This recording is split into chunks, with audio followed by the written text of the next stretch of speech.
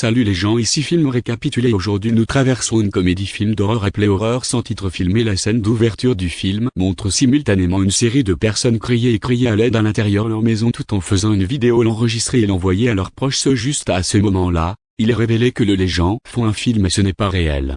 Up next, de Clan, un acteur dort quand il reçoit un appel vidéo de Mark, agent de cinéma. Mark informe de Clan que son contrat est marque de licenciement. L'informe également que la cloche de l'émission télévisée qu'il est joueur dans est annulée avant. Raccroché des Clans plus tard dans un appel vidéo révèle la nouvelle à son compagnon coéquipier Kip, qui est un écrivain en herbe, le calme et confiant Alex. Chrissy très étourdi et Max qui aime s'amuser et la diva peu profonde Kelly. Le groupe devient fou après avoir entendu les nouvelles et commence à déposer des suggestions sur ce qu'il faut faire ensuite pour ne pas se ruiner. Kip profite alors de l'occasion pour dire à ses amis à propos d'un film d'horreur qu'il a travaillé sur. L'idée de se prendre en main le film les excite et bien que Kelly soit d'abord hésitante, elle accepte plus tard la condition qu'elle devienne l'actrice principale. Kip leur dit qu'ils peuvent tourner le film à l'aide de leur téléphone portable, puisque la plupart des téléphones portables maintenant shootent. Kelly demande à Kip ce que le film est sur le point et il lui dit qu'il parle d'un esprit qui attaque les gens qui commettent un péché. Le groupe choisit ensuite une date pour une autre réunion et dit au revoir. Après le temps passe et les acteurs commencent à travailler sur le film, mais ils font une pause pour discuter du terrible scénario de Kip et comment l'améliorer. Juste à ce moment-là, il voit Chrissy parler à son collier et il lui demande ce qui est si important à ce sujet. Elle leur dit alors que c'est un collier qui aide quelqu'un à se connecter à son moi supérieur. Le collier de Chrissy leur donne alors l'idée de tourner un film où vous pouvez se connecter et parler aux esprits. Juste alors de Clan cherche quelques mots utilisés pour communiquer avec l'esprit sur le internet. Chrissy récite les mots et tout à coup il y a une surtension soudaine que le groupe remarque légèrement. Ils essaient tous de décider d'un nom pour le film mais ne proposent rien. Avant de dire au revoir quelques instants plus tard, Kelly appelle Kip en vidéo après la réunion de groupe.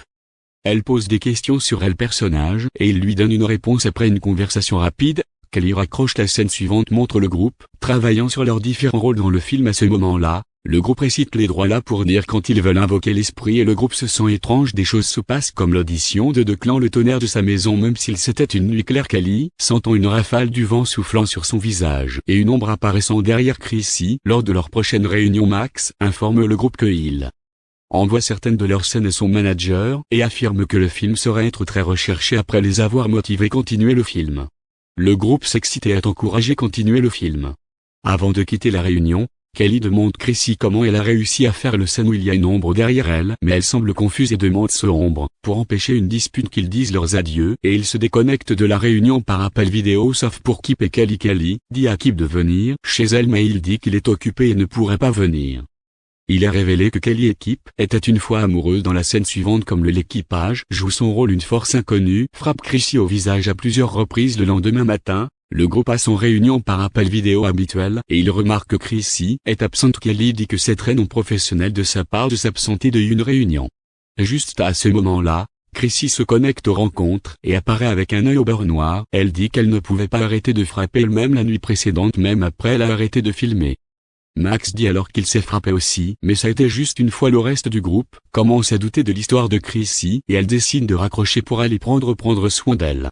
Après que Chrissy et Max aient raccroché, ils se rendent vite compte que des choses étranges sont continuées avec eux chaque fois qu'ils essaient pour filmer la scène spirituelle rampante assez pour que Kip annule.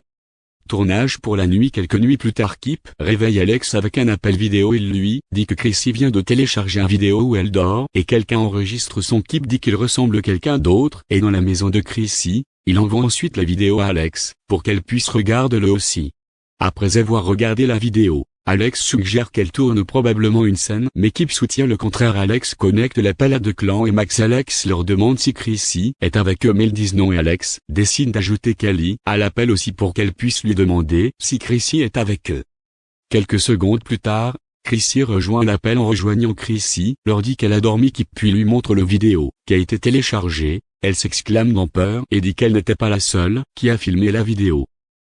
Le groupe commence à paniquer et Max raconte Chrissy a appelé, parce que l'agresseur est peut-être encore chez elle. Cependant, alors qu'elle compose, sa vidéo se déconnecte. Quelques minutes plus tard, Chrissy rejoint la vidéo, rappelle et affirme que son ordinateur est mort. À ce moment-là, elle entend un bruisseau dans sa chambre et il conclut que quelqu'un est en elle salle. Ils disent à Chrissy de fuir la maison mais elle prend un couteau et fouille la maison à la place.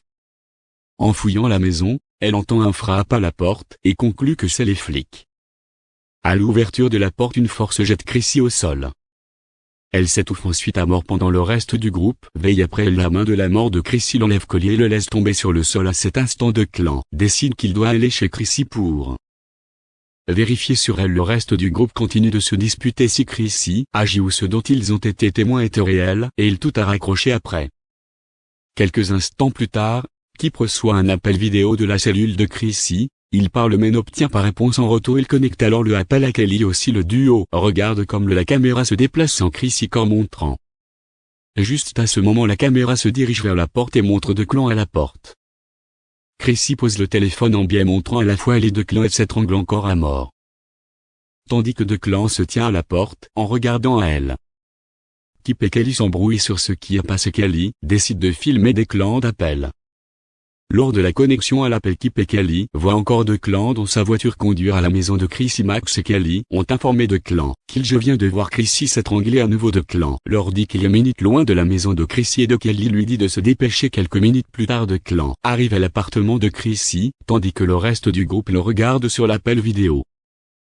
Arrivé à la porte, il ouvre la porte avec ses clés. Le groupe demande lui pourquoi il a une clé de Chrissy appartement. Il leur révèle alors qu'elle lui a donné la clé quand ils étaient rencontres. Il ouvre la porte et trouve Chrissy sur le plancher. Kelly lui dit d'obtenir le collier parce qu'il doit avoir quelque chose à voir avec tout ce qui se passe à cet instant. Declan voit une ombre et dit au groupe mais il ne pouvait pas voir l'ombre. Quelques secondes plus tard, Declan remarque que le corps de Chrissy n'est plus sur le sol et tout en continuant à contempler où le corps et Chrissy apparaît soudainement derrière la porte vitrée. Cela incite Declan à s'enfuir dans la peur. Quelques instants plus tard, Declan arrive à la maison, tandis que le groupe se dispute sur ce qui se passe. Max reçoit un appel de son manager, qui l'informe qu'ils aiment le film qu'il travaille sur et que Netflix serait aime l'acheter. Cela provoque de l'excitation parmi le groupe. Alors un inconnu, la force, commence à jeter du Declan autour du chambre et à cet instant un inconnu, la force, frappe Kelly au visage aussi. Le groupe devient confus et demande pourquoi ce qui se passe. Kelly dit que c'est parce qu'il se mêlait d'une force magique qu'il dira. Declan de rechercher le texte qu'ils ont dit au collier la première fois et il sort son ordinateur portable pour chercher pour ça. Il lui demande s'il y a un moyen de inverser le mal qui se passe à l'intérieur mais Declan dit qu'il n'y a rien. Il se rapporte à tel. Le groupe commence à paniquer sur la façon de obtenir une solution à leurs problèmes et en même temps la force inconnue maintient frapper chacun d'eux. Kelly suggère que si une autre personne tient le collier et récite la même chose la malédiction se déplacera vers le personne. Le lendemain matin, Kip appelle vidéo Declan alors qu'il est en route, pour placer le collier et texte à un endroit où quelqu'un peut le voir et le lire. Kip informe Declan que la police a trouvé le cadavre de Chrissy. Plus tard dans la journée, Max, Alex et Kip sont vus en train de faire une vidéo appel. Max leur dit qu'il reste maintenant avec sa mère pour l'instant, parce qu'il ne peut pas rester seul dans son appartement cette nuit. On peut voir Declan s'étrangler et se tuer le lendemain. Alex, Max, Kelly et Kip sont montrés en train de faire une vidéo appel. Le groupe parle de l'absence de Declan mais